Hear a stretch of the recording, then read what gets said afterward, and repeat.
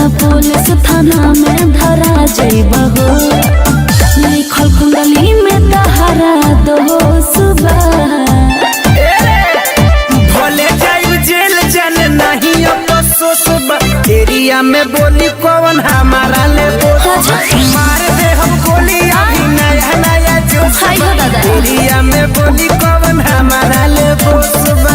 पाता कर पगली तू छोड़ दो।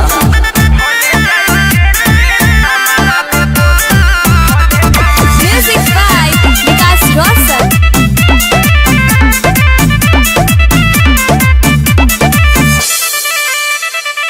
लागो जाय हाथे हाथ कड़ी बन जेब तुम अपराधी। हमर चली रंगबाजी। अच्छा भले कोई दुनिया ही बागी। मतलब ना सुधरबा। लागो जाय हाथे हाथ कड़ी बन जेब तुम अपराधी। हमर चले रंगबाजी। भले कोई दुनिया ही बागी। लागो जिंदगी में तहरा करसबा। भले जायू जेल जाने नहीं अफसोस बा। एरिया में बोली कौन हमारा ले बोसबा। मार दे हम गोली अभी नया नया जोश बा। एरिया में बोली कौन हमारा ले बोसबा।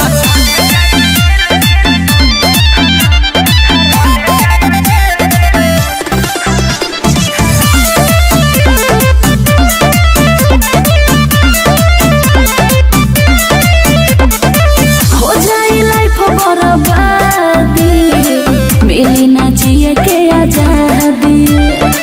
बाटे शरीर फौला दी जिला में पवन झुका दी। भरम जिए दरकार हो जाई लाइफ बर्बादी मिली ना जिए के आजादी।